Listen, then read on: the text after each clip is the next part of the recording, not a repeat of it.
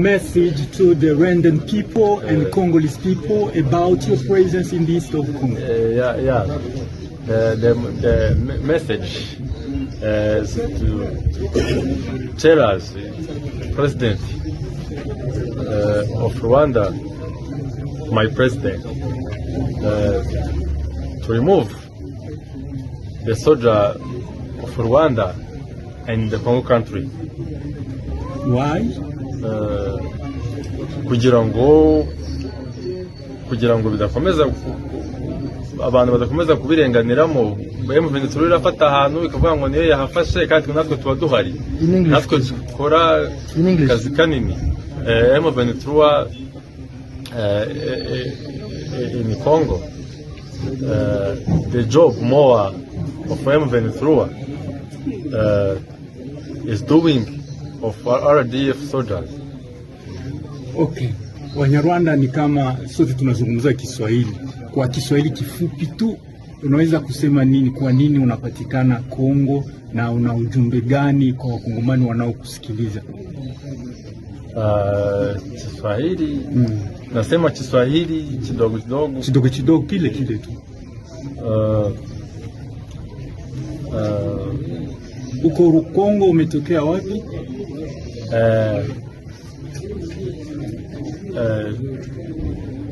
In Nyanza district. Sorry. Okay. Thank you. Thank you for your time. What do you think about peace in the east of Congo? What do you think about peace, to make peace in the east of Congo? Peace.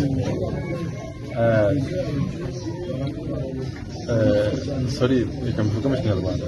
Ngira ngo usuhuze cyane hari na Kongo ikaze nanone nshuti mukunzi wa Rwanda online ni by'agaciro ko bukomeje kubana natwe mu makuru n'ibiganiro bya buri munsi tudahwema kukugezaho uko bwije no kubukeye ni by'agaciro komeza ubane natwe nituzijya tugutenga rwose mu kuguha inkuru nshya ndetse n'andi makuru atandukanye bakomeje kugenda vugirwa hirya no hino mu Rwanda muri Afrika ndetse no hanze ya Afrika. Mu gihe rero intambara ya M23 ndetse n'ihuriro ry'ingabo za leta ya Repubulika ya Demokarasi ya Kongo ikomeje rwose gukara cyane ndetse ikaba ari n'intambara rwose ikomeje gufata indi ntera.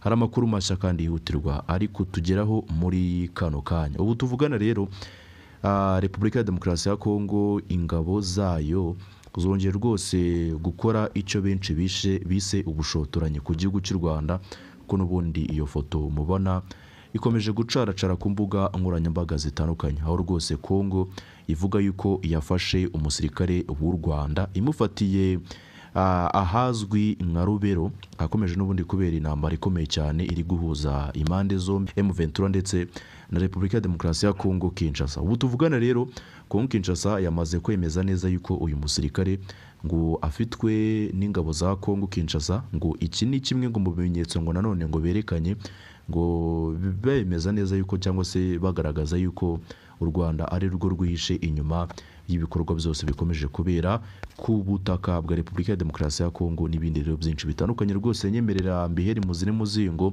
umenye akantu kandi ingingo ku yindi kuri inkuru idasanzwe ntakita rwose y'ubushotoranyi bukomeye cyane none ku gihugu cy'u Rwanda. Sororeka tubiheri muzine muzingo Kongo ivuga iki kuri uyu bakomeje kwita umusirikare w'u Rwanda uyu nguyu ibimenyetso bigaragaza yuko kuko ari u Rwanda ni ibihe n'ibindi byinshi n'ubundi bitandukanye by'ingenzi ukwiye kumva urabyumvira muri inkuru. Andi makuru rero menshi kandi y'ingenzi n'ubundi ukwiye kumenya kuri iyi nkuru cyangwa se amavideo n'ibindi byinshi bitandukanye uraza kwinjira ku rubuga rwacu rwa WhatsApp kugira ngo ubashe gukurikira situation yose uko yifashe ndetse n'amashusho y'urugamba n'ibindi bitandukanye. Video n'ubundi tutabasha kukwerekera ahangaha wowe uzikurikira unyuze muri groupe yacu cyangwa se WhatsApp channel unyuze rero hasi muri comment ihari cyangwa se muri description niho usanga iyo link ubundi kakugeza mu muryango mugari wa groupe yacu rwose ya WhatsApp aho usanga amakuru menshi arambuye. So reka duhere muzine muzingo byinshi kuri inkuru.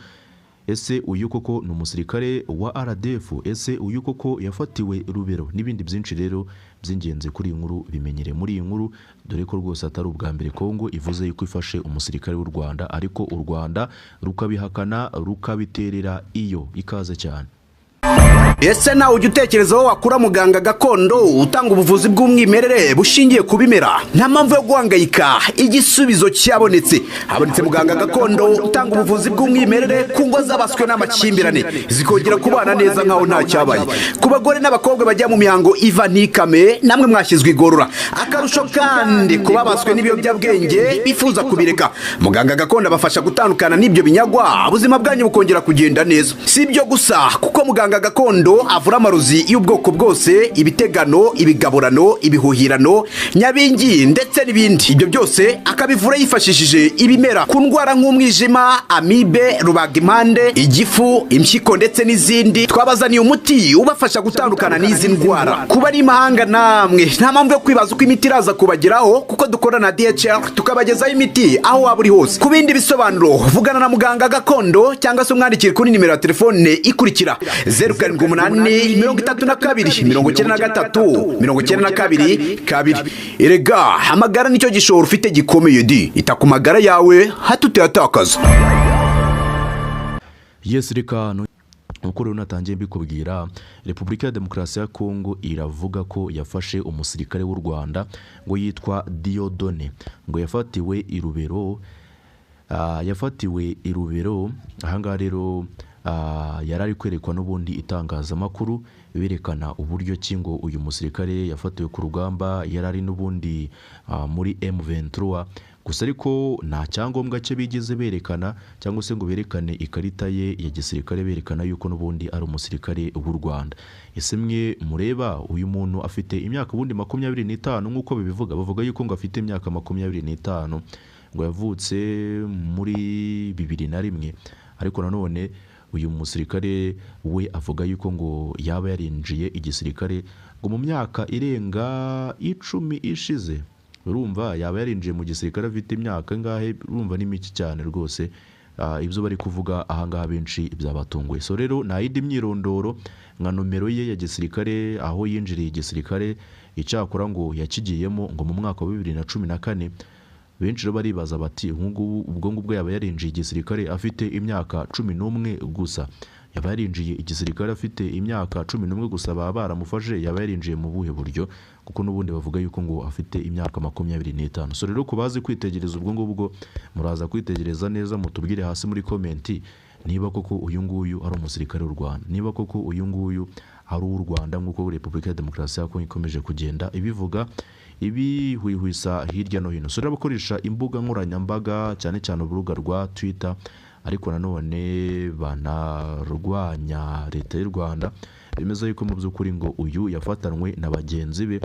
Gusa ariko Kongo abagenzi be rwose ntago barabafata, ariko rwose magingo aya ngaya ari ni makuru y'ingenzi atugeraho avuga uburyo ki uwo musirikare yaba yafashwe. So rero kubifuza kuza wenda kureba video, natwe tukiri kubakurikiranira uyu musirikare avuga imyirondoro ye n'ibindi byinshi bitandukanye n'ubundi kuri musirikare Kongo ivuga yuko yafashe miri akaba ari uw'u Rwanda. Iyo video nituza kuba twayibona mu masaha make ari imbere, turayishyira n'ubundi muri WhatsApp channel yacu, mwebwe kugira ngo muze kuyibonera ku gihe, muze kwinjira muri WhatsApp channel yacu munyuze n'ubundi hasi muri comment cyangwa se muri description, ubone iyo link ubundi uyikandeho ikugeze aho ngaho. So rero ndusubwa mbere Kongo n'ubundi koze ibikorwa nk'ibi ngibi byo gushinja u Rwanda ibirego byo kuba n'ubundi u Rwanda rufite ingabo ku butaka bwa Kongo, ndetse ko u Rwanda abasirikare babwo bakomeje kufatirwa ku butaka bwa Repubulika ya Demokarasi ya Kongo. Subwa mbere rwose Kongo ibivuze, ariko u Rwanda nta munsi n'umwe rwigeze rwemeza ko rufite ingabo ku butaka. Ni kenshi rwose u Rwanda rwakunze guhakana ibyayo makuru. So rero reka wenda dusubire no mu zindi nkuru zitandukanye, turacagukurikiranira gatanu kuri kagenzi kako byinshi rwose kuri ayo makuru. Wowe icyo usabwa nta kindi ni ukureba handitse subscribe cyangwa se sabone, ubundi tukabana kugira ngo rero usobanukirwe mu nkuru rwose za buri munsi tukugeza. Wowe kurikiza ahanditse subscribe uhakande, ubundi ibyo ngibyo bizajya bigufasha mu nkuru zigezweho hirya no hino mu Rwanda, muri Afurika ndetse no hanze ya Afurika. Ubwo ngubwo rero nituza kumenya andi makuru arambuye kuri uyu musirikare turakumenyesha mu buryo burambuye.